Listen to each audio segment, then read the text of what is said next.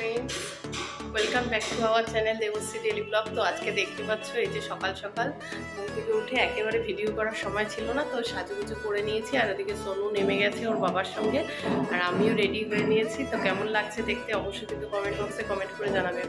আর ঠান্ডা লেগেছে বলে ঘুম ভালো হচ্ছে না বলে চোখগুলো একটু বুদবুদ লাগছে ঠিকই, কিন্তু তাও কেমন লাগছে কিন্তু অবশ্যই কমেন্ট করে জানাবেন। তো এখন বেরিয়ে যাচ্ছি একটু ঘুরঘুর করতে। কোথায় যাচ্ছি, কি করতে যাচ্ছি, অবশ্যই ঘুরতে যাচ্ছি, কিন্তু কোথায় যাচ্ছি সেটাই হচ্ছে সাসপেন্স। আর তোমরা সঙ্গে থেকে দেখতে থাকো, পুরো ভিডিওটা দেখলেই কিন্তু জানতে পারবে যে কোথায় যাচ্ছি। তো চলো বেরিয়ে যাই। আর ওদিকে হেলমেটগুলো নিয়ে আসি। তো এই যে এখানে হেলমেটগুলো রয়েছে, সোনু একটাও হেলমেট নেয়নি। আর লিফটটা খুলে এখন বেরিয়ে যাবো। তো লিফট চলে এসছে, আর এখন লিফটের দরজাটা খুলে নেবো। ঠিক আছে, না ভিডিও করার কেউ আছে, না জিনিসপত্র নেওয়ার কেউ আছে, সব হাওয়া। আর এই যে দেখতে পাচ্ছি আমি উঠে যাচ্ছি লিফটে। তো দরজায় আটকে গেছে হেলমেটগুলো। তো চলো বাকিটা তোমাদের যেতে যেতে বেরিয়ে পড়েছি। এই যে সোনু আর আমি, আর সবসময়ের মতন আমাদের সেই সঙ্গী দু চাকার, আর হচ্ছে আমাদের ড্রাইভার গাড়ি চালাচ্ছে।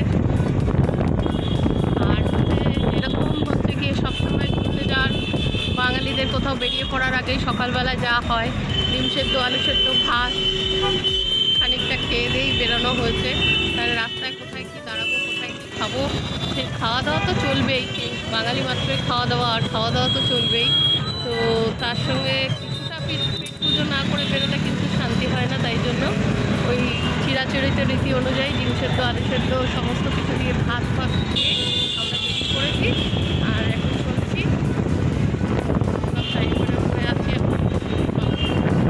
তো এই যে আমরা পৌঁছে গেছি। এই জায়গাটা যেটা সারপ্রাইজ ছিল, এটা আর কোথাও না, এটা হচ্ছে স্বামীনারায়ণ টেম্পল। এটা আমাদের ওয়েস্ট বেঙ্গলে, মানে কলকাতার মধ্যেই, কলকাতার 7 সমুদ্র 13 নদী পার। এই কারণেই বলছি, কারণ হচ্ছে আমি গেছিলাম মধ্যমগ্রাম থেকে, যেহেতু আমি থাকি।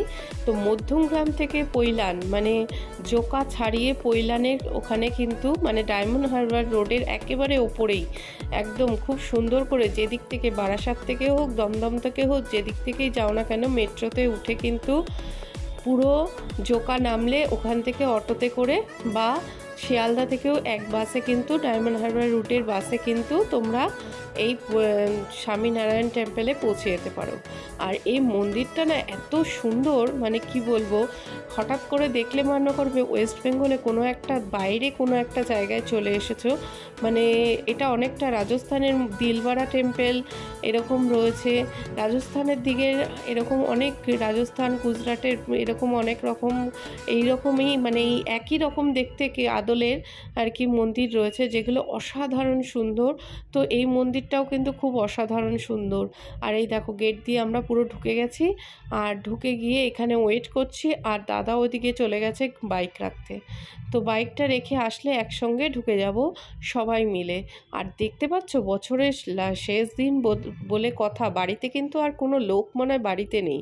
আসার সময় ওদিকে দেখলাম আলিপুরে চিড়িয়াখানা থেকে ভিক্টোরিয়া, মানে ভিড়ে মাছির মতন ভ্যান ভ্যান করছে লোক। আর এখানে এসে ভেবেছিলাম এত সুন্দর একটা জায়গা, এত শান্তপ্রিয় একটা জায়গা, যেখানে নাকি লোক সংখ্যা বোধহয় অনেকই কম হবে, কিন্তু তারপরে ধর্মীয় স্থান, হয়তো লোক কমই আসবে এখানে, কিন্তু দেখলাম না, যথেষ্ট। আর এই যে আমি আর সোনু আগে আগে যাচ্ছি, আর দাদাকে আজকে পেয়েছি ধরে বেঁধে, বলছি একটু ভিডিও করে দিতেই হবে, নাহলে তো আমার মুখটাই দেখা যায় না, তাই না বলো। তো এই যে সোজা গেট দিয়ে ঢুকে এখন আমি আর সোনু চলে যাচ্ছি সিঁড়ি দিয়ে উঠে, তারপরে ওই টেম্পলের কাছে। অনেক বিশাল বড় একটা এরিয়া নিয়ে, আর প্রত্যেকটা এরিয়া জুড়ে এই মন্দিরের মানে সৌন্দর্য, মনে হচ্ছে যেন একটা প্যান্ডেলের ভেতরে প্রবেশ করছি, কোনো পুজো টুজো, কালী পুজোর যে প্যান্ডেলগুলো হয় ঠিক সেরকম ভাব লাগছে। মানে এত অপরূপ, এত সত্যিকারের যে একটা মন্দির, মানে বিশ্বাস করাই হচ্ছে দায়। তবে জানো তো, মন্দির মানে ইচ্ছা থাকে একটুখানি, বাঙালির ঘরের মেয়ে তো শাড়ি টাড়ি পরে যাওয়ার, কিন্তু ঠান্ডার জন্য আর এই বাইকে করে যাব সেই আর একটা ব্যাপার রয়েছে, তার জন্য না একটুখানি অন্যরকমই জামা কাপড় পরা হয়ে গেল। তো আর কি করা যাবে, চলো শখটা নিজের মনেই রেখে দিলাম, আর চলো এখন ধীরে ধীরে এগিয়ে যাই মন্দিরের দিকে।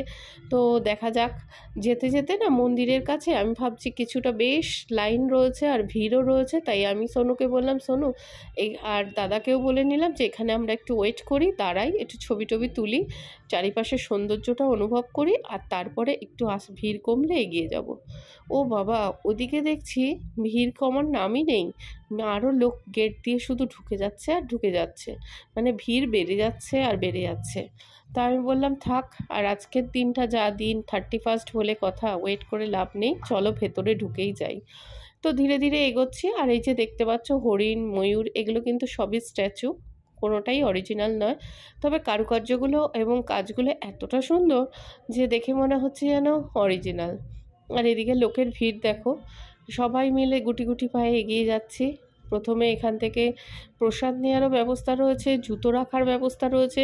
এখানে সবথেকে বড় জিনিস কি জানো, এত লোক আসা যাওয়া করছে এই টেম্পলটাতে, কিন্তু শৌচালয় মানে এই যে সুলভ শৌচালয় যেটা রয়েছে বা ওয়াশরুম যেটা রয়েছে, কিন্তু অনেক পরিষ্কার এবং অনেক জলের অ্যাভেলেবেল ব্যবস্থা রয়েছে। এটা একটা দারুণ ব্যাপার, এত লোক অ্যাভেল করছে বা ইউজ করছে বা ব্যবহার করছে, তাও কিন্তু এখানে পরিষ্কারই রয়েছে। তো আর ওয়াশরুমে যেতে কোনো টাকা পয়সা লাগে না। তো সুতরাং যেগুলো নাকি অন্যান্য জায়গায় কিন্তু ওয়াশরুমের জন্য কিছু পেমেন্ট করতে হয়। আর এই মন্দিরে সোজা আমরা ঢুকে গিয়ে এই যে চলে এসেছি, আর এই যে কাউন্টারটা দেখতে পাচ্ছ, আর দাদার মুখটা এসে গেছে খানিকটা, তো এই কাউন্টারে এখানে কিন্তু খুব সুন্দর একটা ব্যবস্থা, কোনো পয়সা কড়ি লাগবে না। ওখানে কিছু সংখ্যক ব্যাগ দিয়ে রেখেছে ওরা, যার যার ফ্যামিলিরা সেই একটা করে ব্যাগ তুলে নেবে আর ব্যাগে করে জুতো জমা দিয়ে দেবে। আর এই যে পাশে কাউন্টারটা দেখতে পেলে, এটা কিন্তু প্রসাদের কাউন্টার। আর জানো তো, ভেতরে কিন্তু একদমই মোবাইল অ্যালাউ নেই আর ভিডিও করাও অ্যালাউ নেই, তাই ভেতরটা আর দেখাতে পারলাম না। তো তোমরা চলে এসো, তোমাদেরকে তো বলেই দিলাম মানে কিভাবে আসতে হবে। একদম বারাসাত বা বনগাঁ থেকে যারাই আসো না কেন, মেট্রোতে আসা সবথেকে ভালো। দমদমে নেমে মেট্রোতে উঠে জোকা নামবে, জোকা থেকে অটো রয়েছে, বাস রয়েছে, সব কিছু অ্যাভেলেবেল। আর একেবারে কোথাও খোঁজাখুঁজিও করতে হবে না, রাস্তার ঠিক ওপরেই একদম তাকালেই পাওয়া যাবে, যেই ফুটে নামবে সেই ফুটে। আর নিচে গ্রাউন্ড দিয়ে যেতে যেতে এই জায়গাটায় কিন্তু একদম ভিডিও করা বারণ, কিন্তু আমি সেটা শুনিনি, একটুখানি ভিডিও করার লোভ হয়েছিল, কারণ এই পেন্টিংগুলো, এগুলো কিছুটা হাতে কারুকার্য করা, তার উপরে সুন্দর করে পেইন্ট করা রয়েছে। আর এই যে স্বামীজিদের মূর্তিগুলো রয়েছে, সেগুলোও একটু ভিডিও করে নিলাম। তো এখানে কিন্তু অভিষেকও চলছিল স্বামীজির মূর্তির ওপরে, তো সেটা আর করিনি, কারণ সেইভাবে তো যাইনি, খাওয়া দাওয়া করে গেছি। যতই হোক নিজের কাছে নিজের শুদ্ধতা সব কিছু নিজের কাছেই থাকে। তো এই দেখো উপরে কারুকার্য, লাইট, আর বারবার বলছে মোবাইল কেউ অন করবেন না, অন করবেন না, কিন্তু এত সুন্দর না, মানে কি বলবো, এত সুন্দর। আর এই যে কাচের দরজার ভেতরে দেখতে পাচ্ছ, এটা কিন্তু অভিষেক হচ্ছে। তো করে টোরে তো আমরা কিন্তু সুন্দরভাবে দর্শন করে বেরিয়ে এসে এই স্টল রয়েছে একটা, ওদের এই একটা স্টল রয়েছে, যেখানে নাকি জামা কাপড় রয়েছে, তারপরে বই রয়েছে, আয়ুর্বেদিক ওষুধ রয়েছে, তারপরে মধু টধু তো অনেক কিছুই রয়েছে। চাইলে তোমরা এই স্টল থেকে কিন্তু কিছু কিনতে পারো। আর এগুলো সবই বাইরের জিনিস। আর এখানে কিন্তু পুরো মেনটেনেন্সও করছে বাইরের একটা সংস্থা। তো দেখে ভালো লাগলো, এদের মেনটেনেন্সটাও খুব সুন্দর। আর এখানে ক্যালেন্ডারও বিক্রি হচ্ছে, এই দেখো কী কী প্রোডাক্টগুলো বিক্রি হচ্ছে, আমাদের এখানেরও বিক্রি হচ্ছে, আয়ুর্বেদিকগুলো কিন্তু বাইরের। আর এই ড্রেস ফ্রেসগুলো তো নর্মালি আমাদের এখানেও পাওয়া যায়, আর কিছু সংখ্যক গুজরাট থেকে এসছে দেখলাম। তো যাই হোক, খুবই ভালো।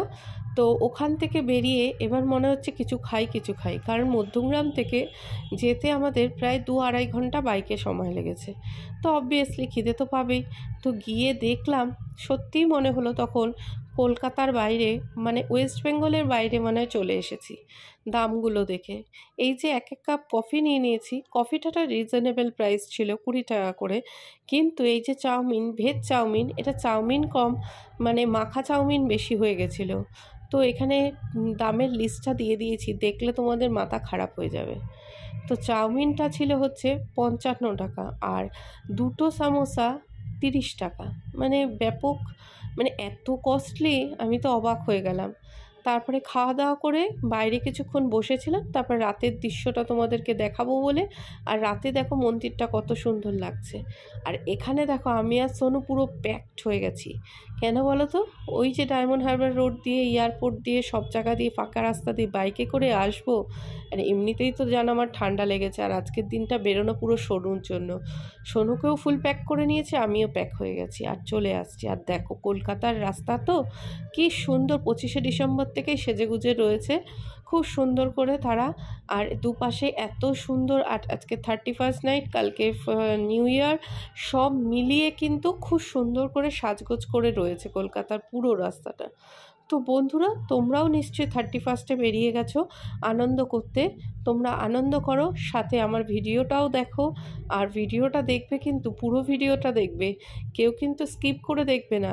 আর স্বামীনারায়ণ টেম্পল সম্পর্কে কারোর যদি আর কোনো প্রশ্ন থাকে তাহলে অবশ্যই জিজ্ঞাসা করবে। আর তোমরাও কিন্তু ওদের এই ক্যান্টিনে খেতে পারো, বা বাইরে অনেক ফুড স্টলও রয়েছে, সেখানেও খেতে পারো। তো যাই হোক, সৌন্দর্য উপভোগ করো আর দেখতে থাকো রাস্তাগুলো কত সুন্দর করে সাজিয়েছে। আর তোমাদের সবাইকে এর সাথে আমার ভিডিওতে, আজকের ভিডিওতে জানাই আগামীকাল এর হ্যাপি নিউ ইয়ার। তো 2024 তোমাদের খুব ভালো করে কাটুক। সবাইকে অনেক অনেক উইশেস, হ্যাপি নিউ ইয়ার। সবাই ভালো করে কাটিও নিউ ইয়ার। আর আমার এই রাস্তার যে আলোকসজ্জাটা উপভোগ করো, করতে করতে, দেখতে দেখতে আমার পুরো ভিডিওটা তো। আর এখানে আমাদের বাইরে যা ফাংশন চলছে, আর 31st এনজয় করার জন্য আমিও কিছু স্ন্যাক্স আর কফি বানিয়ে নিয়েছি। তো আজকের ভিডিওটা এখানেই শেষ করছি বন্ধুরা। সবাই ভালো থেকো, good night, tata, bye bye. আগামী দিনে আবার একটা নতুন ভিডিও নিয়ে চলে আসবো তোমাদের সামনে।